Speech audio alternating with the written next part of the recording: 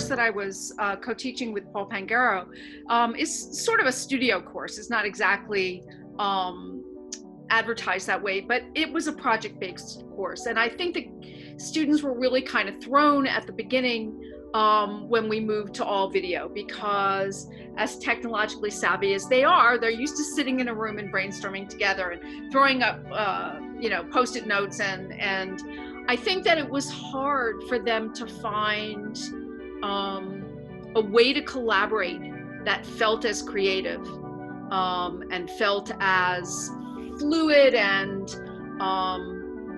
familiar.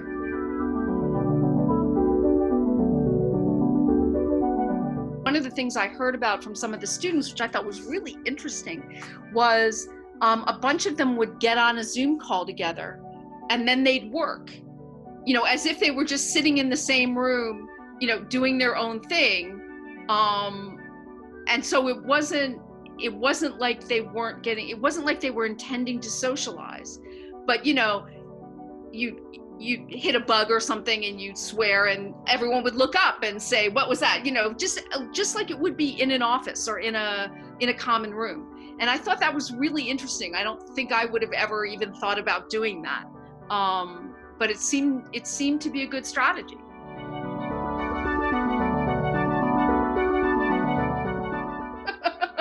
Bandwidth.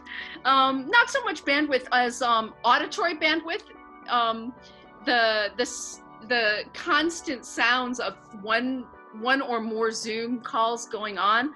Our son and daughter-in-law were living with us for the first 3 months, and she was teaching online. He was doing his reporting thing. We were doing it was just finding space for everyone to have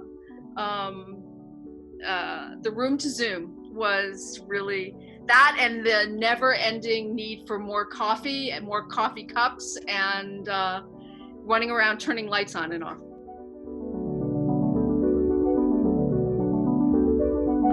The approved answer would be my work, of course, but I'm about to become a grandmother for the first time. So there's definitely a lot of joy in that, in the anticipation of that. I'm rediscovering some skills that I had once upon a time, including quilting, as I'm working on a baby quilt for my soon-to-be grandchild. And frankly, there are things about working. I've always worked from home, but my husband hasn't always worked from home. And there are some delightful aspects to that. We're having not just the occasional dinner together, but lunch and dinner every day. And that, I think that's kind of a terrific thing.